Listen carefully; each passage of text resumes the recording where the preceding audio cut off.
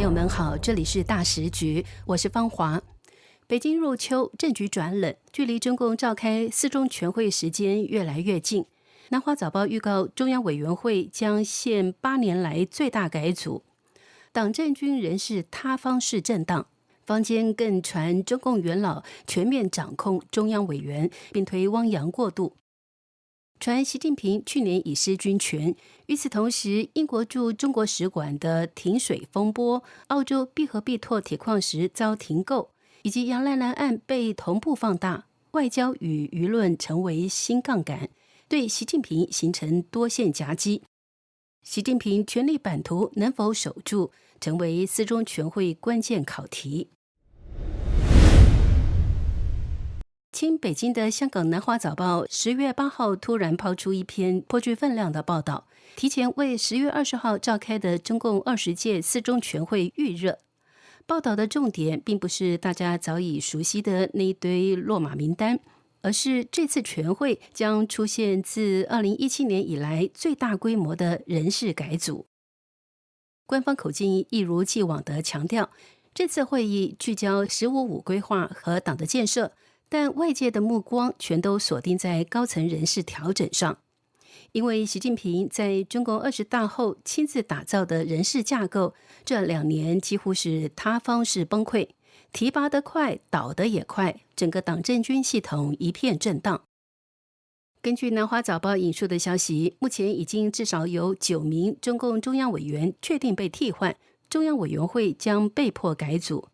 这对一向讲究稳定压倒一切的中共来说，是极为罕见的警讯。细看名单，不难发现，这场人事风暴涵盖了党政军3大领域。先是外交军事高层接连出事，前中共外交部长秦刚辞职，但仍被称为同志，显示刑事调查仍在进行。李尚福、李玉超则因严重违纪被开除党籍和中央委员资格。接着，农业部长唐仁健遭重判，中共证监会主席易会满被留置调查，地方诸侯也一个接一个倒下。今年被查的中共正部级高官数已升至7人，从前中共西藏籍齐扎拉，到前中共湖北省委书记的蒋超良，从山西省前省长金湘军到内蒙古的王丽霞，横跨西部、华中、北方，没有一个地区能置身事外。特别是王丽霞，她不只是中共内蒙古前主席，更是中共20大中央委员，她的落马被视为风向标。这波清洗甚至直指军方。据港媒披露，前中共中央军委政治工作部主任苗华、武警司令王春宁、前中共军委后勤保障部部长张林3名上将很可能会在中共四中全会上被正式撤职。这种大规模的军中人事处理，过去往往只有在内部权力斗争白热化的时候才会出现。更耐人寻味的是，中共军委副主席何卫东、中联部长刘建超、工信部党组书记金壮龙等人长期消失，引发外界揣测，这些人究竟是安全边缘人，还是已经在内部被软禁或边缘化。台媒上报刊出独立评论人杜正的文章指出，自中共20大以来，由习亲自提拔的中共中央委员和候补委员至少有46人出事，但官方只宣布了19人，其余大多秘而不宣。资深评论人洪耀南更直言，这不是单一的贪腐案件，而是一场体系性坍塌。有人被清除，有职位悬缺，有高官下落不明，整个中共高层陷入空缺与补位并行的异常状态。杜正认为，这种大面积的塌方式崩溃，直接削弱了习近平的权威。到了中共四中全会，全体中央成员都会私下笑话习，这对他而言是一种奇耻大辱。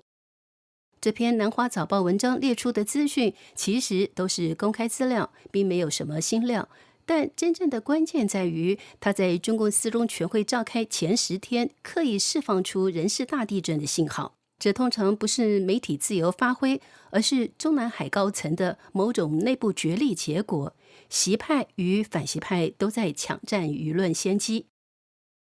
一边是习近平阵营想稳定军心、预热人事布局，另一边则是中共元老与军方势力试图利用人事他方反击习的控制力。这种明线放风、暗线博弈的手法，过去在中共历次内斗中屡见不鲜，往往预示着高层权力斗争的进一步升级。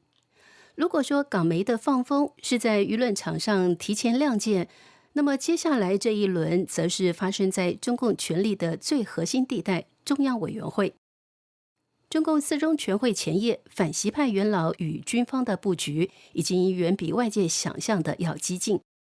自媒体人唐晋元日前爆出惊人消息，他表示，从一个中共副国级层面的渠道获得内幕，中共党内高层已经达成共识，由前中共全国政协主席汪洋主持过渡政权。这代表一旦习近平确实失能或被架空，接替的方案并非真空，而是早已画好蓝图。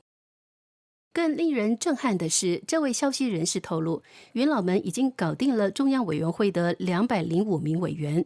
其中48人被秘密抓捕或软禁，其余155人则被1对1单独约谈，要求明确表态，选边站。谈话的核心内容只有一句话：你是站在习近平这边，还是站在集体共识这边？据说胡春华是少数没有被约谈的人之一，因为他本身就是团派要员，立场早已明确，反习。这个细节某种程度上也印证了外界长期以来的观察，在现任中共中央委员中，真正坚定挺习的核心圈子正在快速萎缩。换句话说，元老和军方这次不再依赖上层谈判或后台协商，而是直接动用系统力量，对205名中央军委进行地毯式控场，以确保在中共四中全会上投票时不出任何幺蛾子。这波爆料还提到了一个极为关键的细节：习近平在去年中共三中全会后就已经失去了军权。此后，他虽然多次试图反扑，但都宣告失败。这也呼应了过去1年中共军中频繁的人事调整与大清洗。火箭军高层全线被换，战区主官频繁调动，中共军委副主席张又侠与军工系人马的力量不断上升，这一切都是权力重新洗牌的迹象。爆料称，如果这次过渡方案顺利推进，习近平将会完全退下，只会暂时保留国家主席职务作为象征性角色，直到明年两会走完形式程序正式退场。这样的安排看似体面，实则是把习近平彻底踢出权力中枢。更有意思的是，这位消息人士透露，在党内私下圈子里，许多人对习近平有一个轻蔑的绰号“愣子”。这种戏称的流传，代表他在高层中的威信与过去相比已经急剧下滑。从这些爆料细节可以看出，元老们这次的逼宫行动其实有着极其成熟的操作路径：一、先下手为强，秘密控制部分关键中央委员，震慑党内观望派；二、在逐一谈话，用政治压力与未来利益绑定，迫使大多数人选边站；三、最终在四中全会会场上，透过投票与程序完成合法交接。这样的操作方式其实是中共党内历次重大权力更迭的标准剧本。这次元老们如法炮制，说明这场斗争已经不是零散的放风暗战，而是进入了貌似逼宫的实质操作阶段。爆料还提到，近期人民日报连发8篇文章吹捧习近平经济思想，这被认为是蔡奇等习派心腹的抬轿行动，意在营造习人长大局的假象。但无论是真吹还是高级黑，其客观效果其实都是把中国当前经济困局的责任牢牢绑在习一人身上，让他甩也甩不掉。这种宣传上的硬撑与党内实际的政治布局形成鲜明对比。舞台上是习派在硬撑门面，舞台后则是元老军方地方势力已经悄悄排好队，准备换将。多家中文媒体报道，澳洲法院传唤杨兰兰，要求她在10月17号亲自出庭。案件涉及危险和过失驾驶致重伤等4项指控。虽然她此前2次未露面，但这次法庭要求亲自到庭。此案本属司法范畴，却被外界连接到一个敏感动作：中国据报暂停采购必和必拓部分海运铁矿石。澳洲广播公司中文网援引彭博消息称，中国矿产资源集团已告知钢铁与贸易商暂停购买以美元计价的必和必拓海运铁矿石。澳洲总理阿尔巴尼斯公开表示感到担忧。时间点上，10月1号左右传出停购，10月17号要出庭，10月20到23号中共4中全会登场，3个节点互相咬合，让市场更倾向于把此事视为政治讯号外溢，而非单纯的商务分歧。那么与此同时呢，杨兰兰身世再被抛出。自媒体人山河东夫10月10号在节目中讲述了他在国内的战友给他发来的爆料，内容是以习近平的亲信王小红口吻讲述了杨兰兰的身世。内容并不新鲜，而是具体化了过去人们传闻的内容。杨兰兰的真名叫席明兰，2002年出生于杭州。她的母亲是浙江小百花越剧团演员杨晓云。2002年初，时任福建省省长的习近平到杭州参加了浙江省的经济合作会议，顺便调研浙江的文化事业。习近平在工作之余爱抽空看文艺表演，他尤其喜欢越剧，那种婉转的唱腔、柔美的身段让他觉得很亲切。王小红说，有一次他和习近平去浙江小百花越剧团看演出，剧院里灯火辉煌，习坐在前排，王作为贴身安保坐在后排盯着。那天台上有个年轻演员叫做杨晓云，25、26岁的样子，长得娇小动人，皮肤白得像西湖的雾气，唱起《梁山伯与祝英台》，嗓子清亮，舞姿轻盈，习看得入迷，眼睛都直了。演出结束以后，他去后台慰问演员，特意走到杨晓云的面前，笑着说：“小杨同志，你的表演有江南水乡的魂，请继续为浙江文化添砖加瓦吧。”杨晓云的脸红了，低头谢过，但眼神里明显有几分欣喜。那天晚上，习回到了住处，还在回味那场演出。他把我叫过去说：“小红，你去联系一下杨晓云，就说我想和他聊聊越剧的工作，晚上一起吃个饭。”我心里明白，这不只是简单的工作交流。习正值壮年，压力大，需要放松。我二话没说，马上就去安排了。杨晓云接到电话，声音有些颤抖，但他很聪明，知道这是什么意思。他说：“好的，王主任，我准时到。”后来听到杨晓云回去以后，沐浴更衣，换了身素雅的旗袍，喷了点香水来了。宴席安排在杭州的浙江宾馆，专门为领导人服务，环境幽静，安保很严密。习心情很好，还请来了赖昌星的妹妹小白。小白那个时候在浙江的文艺圈混，漂亮，会来事儿。习总请她过来，是想让杨晓云放松一点，不要太拘谨了。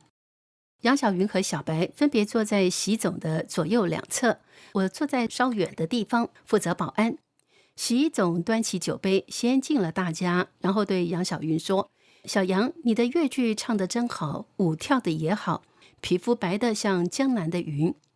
杨晓云的脸更红了，失神地握住习的手说：“习书记，您过奖了，您的手又大又厚，未来肯定能手握大权，带领国家走向繁荣。”小白这个时候笑着附和道：“是呀，习书记有帝王之相，将来可是要做国家总书记的大位。”习总听了心里舒服，但摆摆手说：“别乱说，影响不好。”不过他眼睛里的笑意藏不住，我看着他们3人其乐融融，心里有些羡慕。习总的魅力大，女人都喜欢他。酒过3巡，气氛更热烈了。杨晓云和小白你一言我一语，哄得习总开怀大笑。饭局快结束的时候，习总对我说：“小红安排车子，我明白他的意思，安排专车把他们送到杭州市区的一处领导人专用的接待处——西湖国宾馆。习总和杨晓云便去那里进一步探讨了工作。小白待了一会儿就走了，我在外头守着，确保安全。几个月以后，杨晓云怀孕了，孩子就是在那天晚上怀上的。2002年底出生，取名席明兰，对外用杨兰兰的名字掩护。孩子是在浙江大学附属儿童医院出生的，接生的是院长黄和凤，技术过硬，保密性强。严格的说，这是习总的第5个孩子。知道这件事的人不多，只有我、习总、赖昌星和小白。赖昌星那时在福建有点名气，小白是他的妹妹，帮着牵线搭桥。习总对自己的几个孩子都很爱护，每个孩子都有顶尖的安保，24小时保护，教育都是最好的，国外名校、私人导师，样样不缺。每个孩子，习总都给他们准备了3000亿美元的财产，让他们衣食无忧。钱从家族基金里划拨，来源合法，主要是海外投资回报。唯一遗憾的是，他们不能参与中国政治。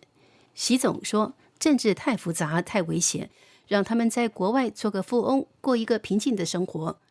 爆料的内容无法核实，但之前在网络上已有盛传。